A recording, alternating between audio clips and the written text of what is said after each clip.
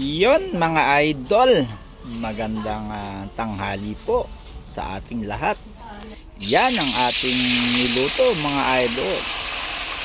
Bangos with tausi. At ayan, syempre, unahin natin yung tokwa. Mga idol, slice lang natin yan into cubes. At ayan, papulahin lang natin ng konti. At syempre, ayan mga idol, nung nilagay ko yung jumbo bangus na yan, talaga ako yung nagtatatakbo. Talaga namang hinahabol ako ng mantika mga idol.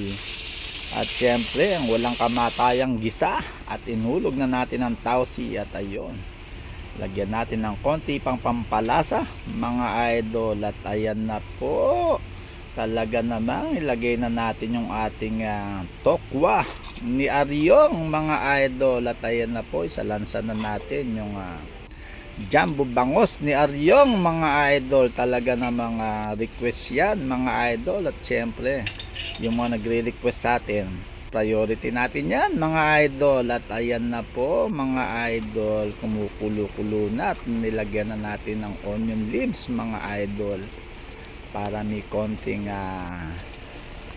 aroma siya mga idol. At ayan na, malapit na ihanda nyo na ang inyong mga wataw at pumunta na kayo dito sa aking bahay mga idol.